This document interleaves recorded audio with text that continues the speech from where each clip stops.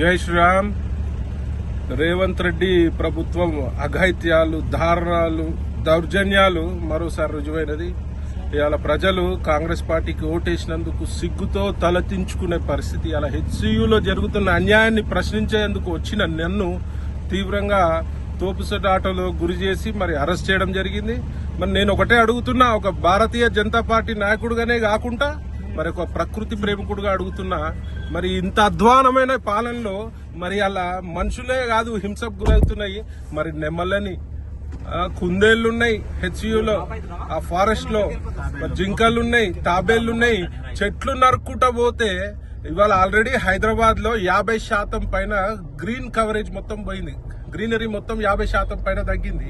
మరి ఇట్లాంటి డబ్బులకు ఆశపడి మరి ఇలా ప్రభుత్వం నడిపే చేతగాని దద్దమ్మ ప్రభుత్వం ఇది. ఇలా డబ్బులకు ఆశపడి మరి ఈ డబ్బులతోటి మరి కాంట్రాక్టర్లకు బిల్లులు రిలీజ్ చేసి అందులో పర్సంటేజ్ తీసుకునే ప్రయత్నంలో భాగంగా ఈ హెచ్యు లోని భూములని వేలంపాట వేసే ప్రయత్నంలో భాగంగా మరి అడవులను నరుక్కుంటా పోతే ఈ యొక్క భూభాగము ఖాళీ మన మనుషులదే కాదు, ఉట్టి ప్రజలదే కాదు, ఇది అన్ని జీవాలకు హక్కు ఉంటది. ఈడ జీవించే హక్కు. ఇలా కళ్ళు నెత్తినెక్కిన ప్రభుత్వం రేవంత్ రెడ్డి ప్రభుత్వం.